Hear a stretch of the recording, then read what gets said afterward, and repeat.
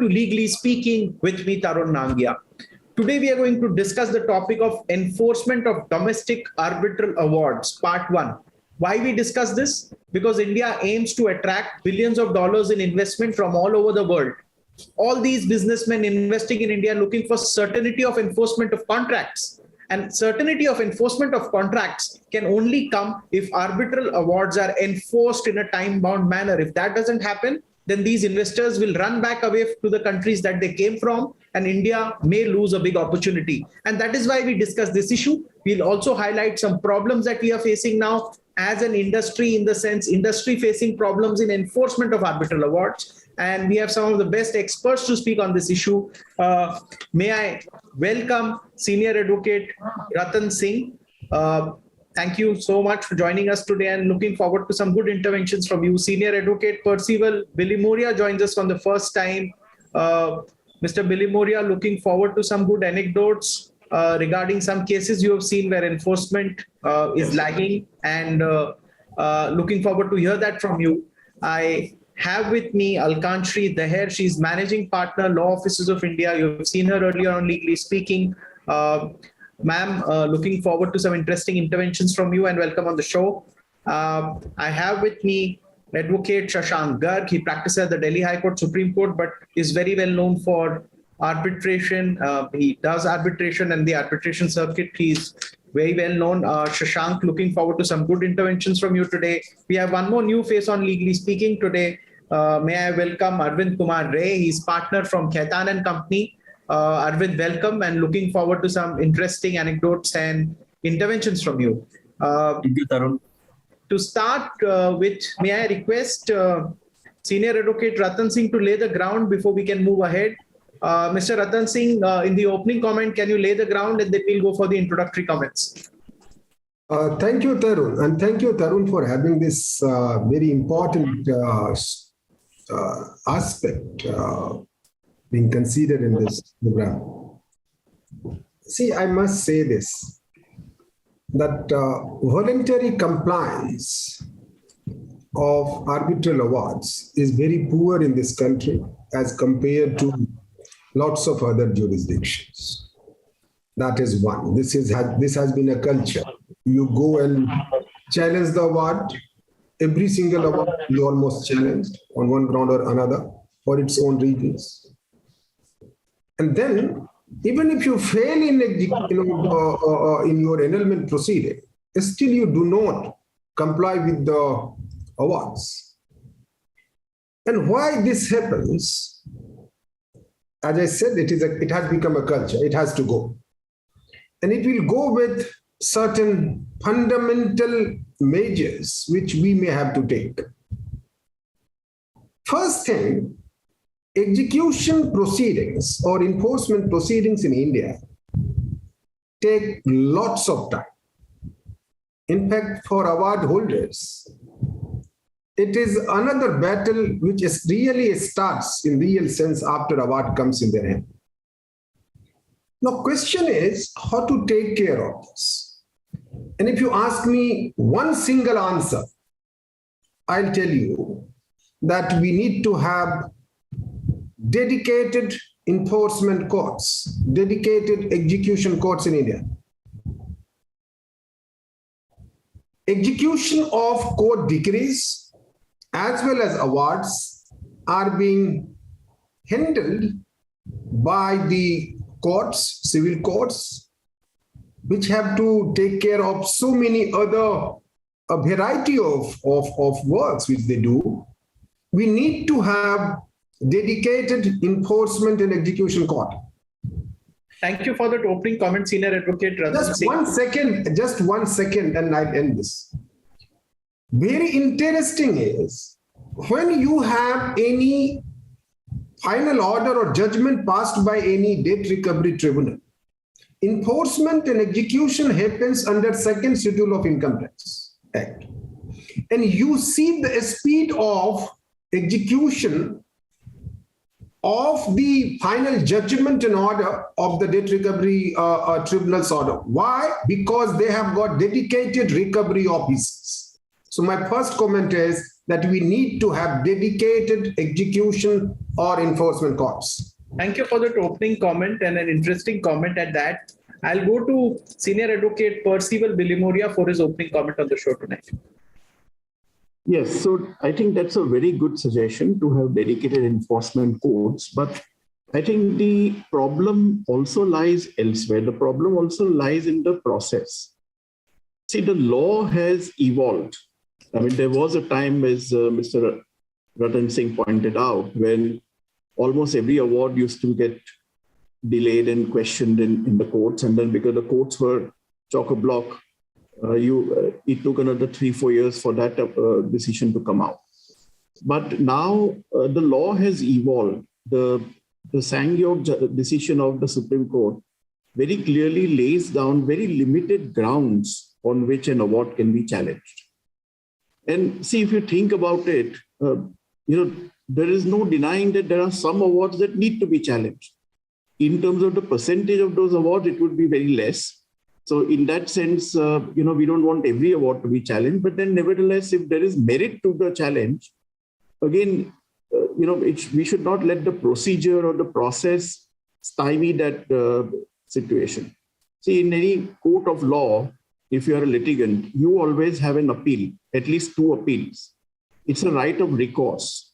This is not a reflection on the lower courts, right? I mean, obviously, the superior courts are entitled to take a different view, and that's why people go and appeal. Now, if you want to encourage arbitration, then somebody who has suffered a perverse award should have a recourse. The difficulty is that people, do not even understand what the law is and in what cases a recourse can be taken and not taken. And then, almost everything is challenged. But then again, the interest, can be a big deterrent because they are made to deposit the amount before the court. And then the interest that accrues goes to the person who turns out to be the ultimate winner. Point very well taken, Senior Advocate Percival Bilimoria. I'll go to Alkanshri Deher, Managing Partner, Law Offices of India, for her opening comment. I think what Ratan and Percy have said, it makes a lot of sense. I do reiterate that infrastructure, I think, is a big issue. See, before each court in India, we have 30, 40 matters. So I don't think it's humanly possible for any judge to be able to do justice to 30 files in a day. Abroad, for example, in comparison, if we see it, a high court judge would have like 3-4 matters. And 3-4 matters for him is a heavy, heavy boat. So I do think infrastructure is, we need more courts, we need more judges. And also, I think Ratan's suggestion that we should have a separate enforcement procedure courts, I think makes a lot of sense. Now, when is that going to happen? I do hope it happens very quickly, but I think that's going to take time. Okay. My second issue is, like we're talking about the enforcement of the awards. I think arbitration by its very definition, it is an alternative dispute resolution, which means it needs to be away from CPC and Evidence Act, though in the Arbitration Act, it always says that, that CPC and Evidence Act is not applicable. But once an award has to be enforced, so what do? What does Section 36 say? That any arbitration award would be enforced as if it was a decree of the court. Now, what does that mean?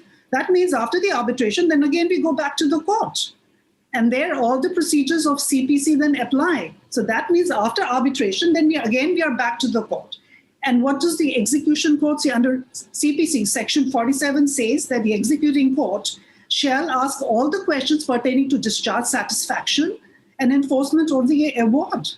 So going back to my first point, I think we need to have a separate enforcement system for arbitration award. Otherwise, it's just arbitration and then litigation. Again, that is Section 36. Going back to 34, I think in the recent times, Rohington Nariman judge, I think he gave amazing judgments, which has kind of tightened the scope of 34. Like many years back, we just had to file 34, that is objections, against the arbitral award, and invariably notice would be issued, and it will go on for years. So after arbitration, then we go in and file our objections, and then we go in for enforcement. It just doesn't make sense.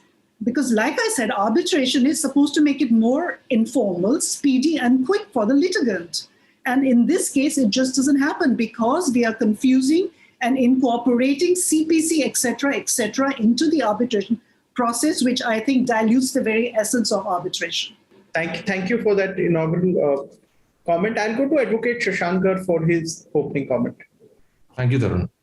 Tarun, I think we all agree that the process of enforcement in this country has been cumbersome, but there have been certain steps that have been taken by the legislature as well as our judiciary, including the first step that was taken with the 2015 amendments, where the automatic stay was done away with.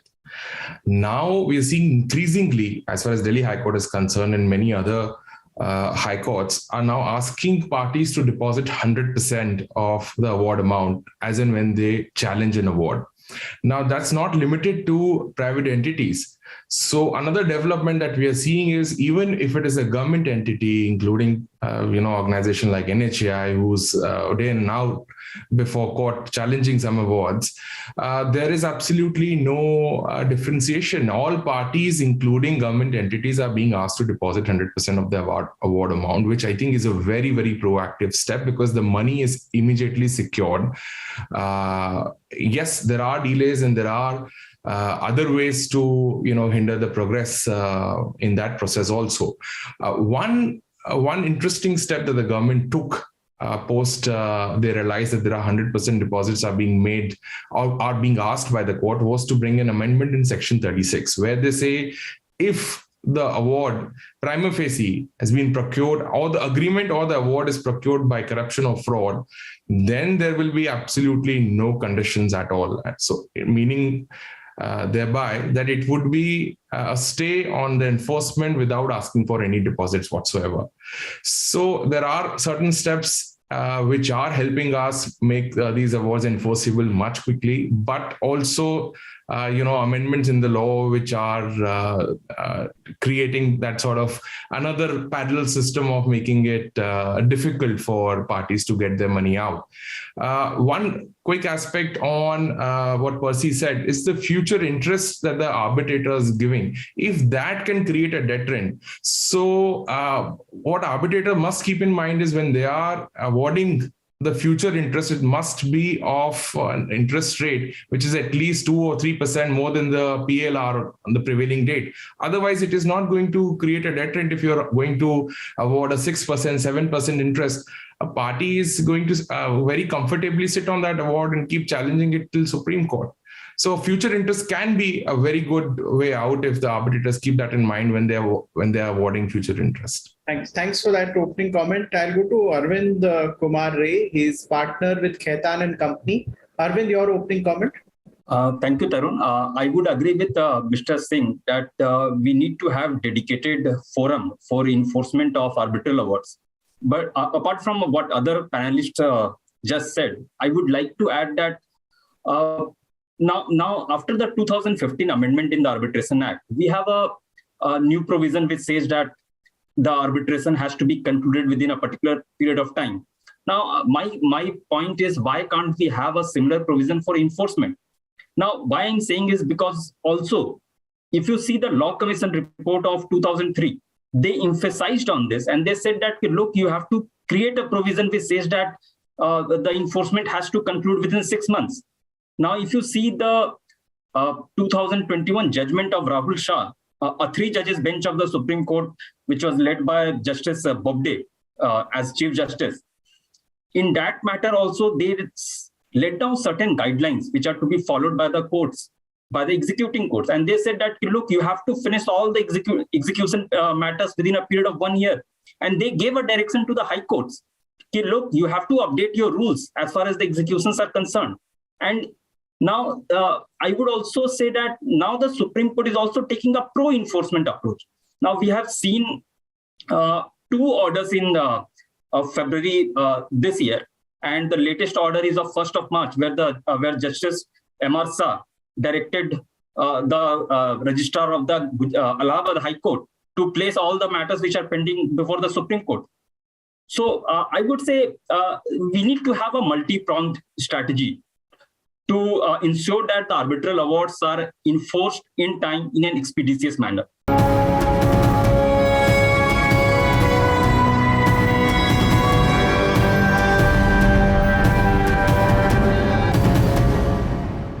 I'll go to Senior Advocate Ratan K. Singh. I want to ask you, what is the dilemma of an investor in India when he sees that some of the companies that he knows have invested and failed to get the arbitral awards which are in their favor enforced? A, that dilemma. And second, do you have any immediate solutions? You said that create a court of arbitral appeals, which do you think in India, when take Delhi High Court, we have barely half the number of judges we need? Do you think that we are taking this issue in seriousness, or we are being very callous about it? I must tell you this. The enforcement proceedings are given least priority in courts all across the country. Even in trial courts in Delhi, I am telling you, only Friday is designated for execution proceedings. That is one. So we need to prioritize that. See, when you talk about the foreign investors' perspective, I must tell you this. I happen to be a director of Chartered Institute of Arbitrators India branch. And so I follow CIR closely. The CIR, Chartered Institute of Arbitrators UK, came out with its centenary principle in 2015. And they said, if you really want to become an arbitration-friendly jurisdiction, which really attracts foreign investment and foreign investor, you need to have A to G in your country, in jurisdiction. And one of the things which they talk about is you must have a robust enforcement regime in your country. Robust enforcement regime in your country. I'm giving emphasis on this. So therefore, we need to talk about this. And I must tell you, Shashank made a very good point. And in fact, Arvind also made very good point on something which I wanted to say. I'll add by saying something. Shashank said that the post-lite rate of interest awarded by arbitrators should be such that it should really act as a deterrent. I'll add something more to it. When you go for execution of enforcement of your award in India, you are not compensated with the actual cost which you incur in pursuing your enforcement proceeding. The day you start taking it with all seriousness, and the day you will start coming out with punitive cost on the parties who have delayed the matter without there being any substance, it is going to really give you good answers. Another thing which I would say in CPC, which is ultimately the procedure which all courts have to follow in order to enforce the award, you have provisions for direction to the award debtors to come out with their list of assets on affidavit. If you tell lies, if you do not comply with the direction, there is provision for civil imprisonment. And I have had occasions to argue cases like this, where in execution proceedings, the award debtors or the judgment debtors were sent to civil imprisonment. This proceeding, which is being enforced very strictly by recovery officers or various like DRT recovery officers, is very seldom being used for enforcement of awards in India. That we have to work on this. And the last comment I have to make is this, and one may find it laughable. One may say it is very, very drastic suggestion, but I was just thinking a lot. Why cannot, see, most of the awards which you see are monetary awards. Most of them, 90% roughly. Yes, you have declaratory award, you have injunctive awards. Why cannot we think of at least start deliberating on giving powers of enforcement to arbitrators itself. I know in execution you have rights of third parties getting involved and so on and so forth. I'm conscious of this. But this is high time at least we start deliberating on this. And a good idea and a good point by Senior Advocate Ratan Singh. We will get to discuss that more. I'll go to Senior Advocate Percival Bilimoria for his comment. I have a slightly more nuanced view on this. I think there is a lot that can be done to cut short the process.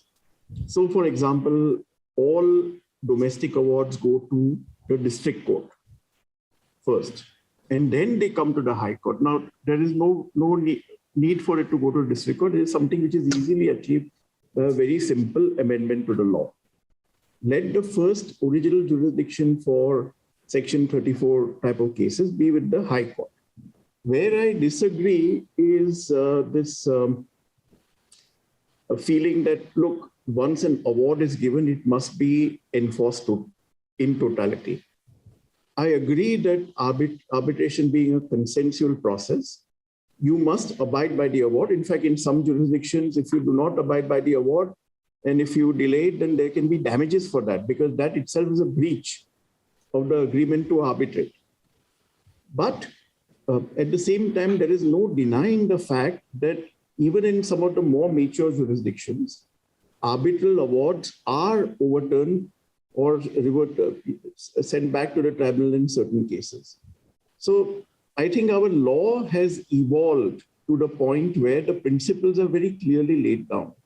The problem really is in the process that is faced. And those are issues that can be easily resolved. One, of course, what we heard from Senior Advocate Ratan Singh, I think that's an extremely good suggestion. But as Alka said, that may take a little time, but there are certain changes to the law that we can make almost immediately. And there's no reason why that should not be done. Thanks. Thank you, Mr. Bilimoria, for those inputs. I'll go to Alkanshri Daher, Managing Partner, Law Offices of India.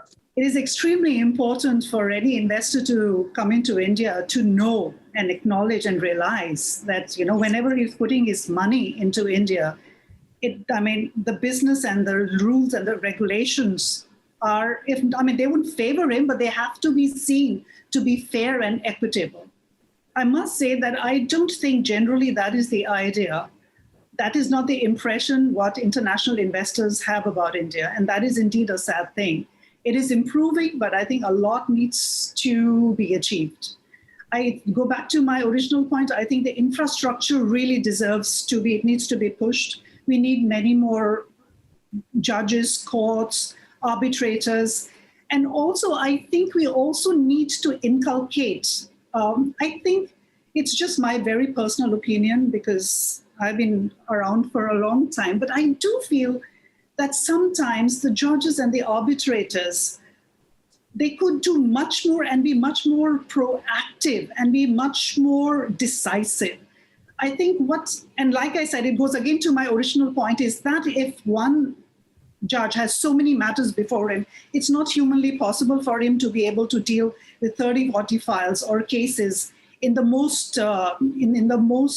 depth which it requires to be dealt with. Infrastructure, yes, definitely it needs to be.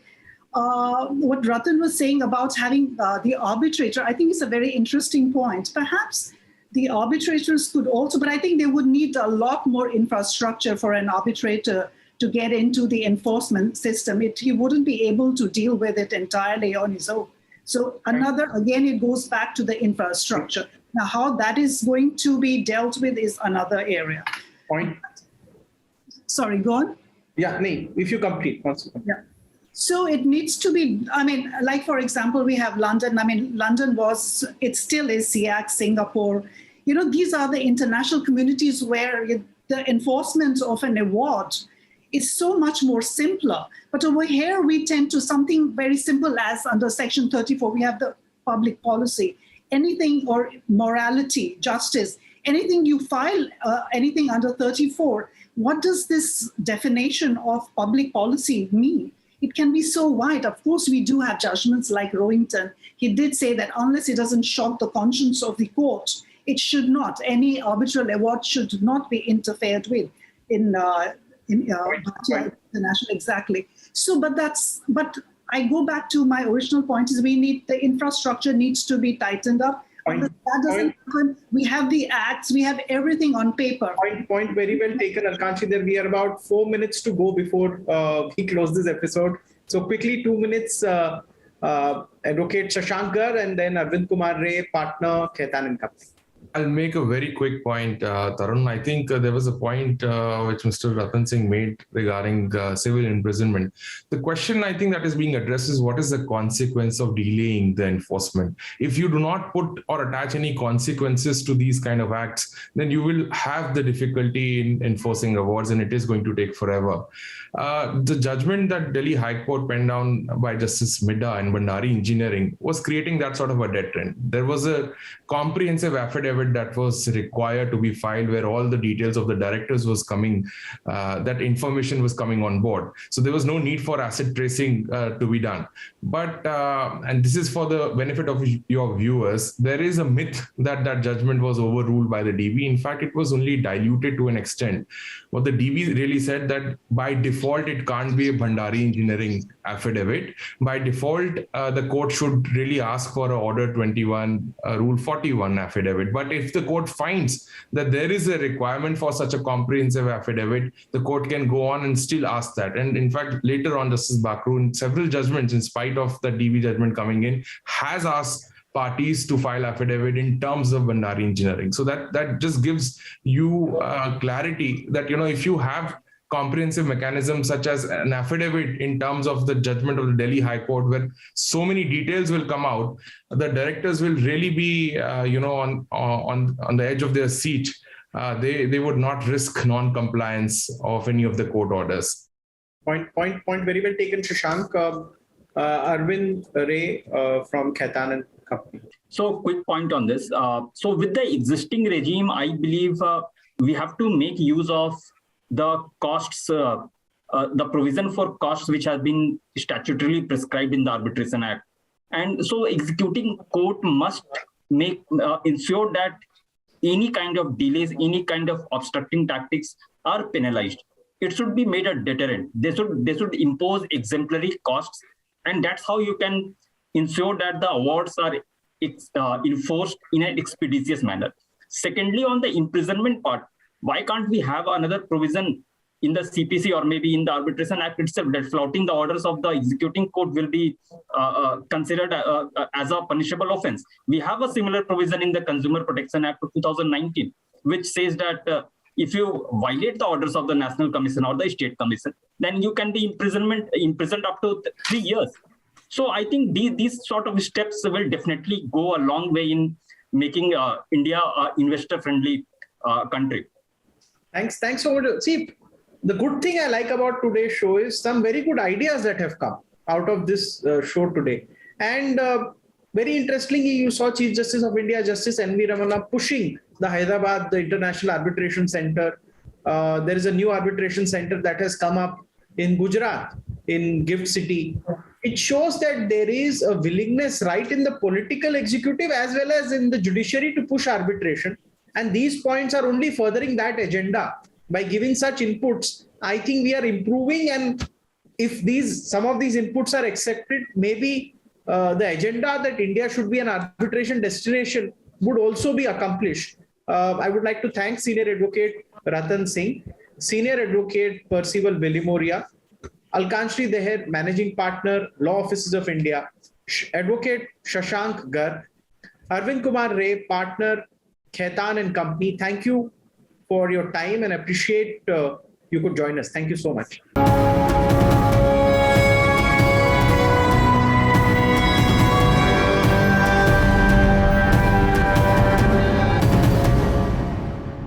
For more such videos, subscribe to the NewsX YouTube channel, hit the bell icon.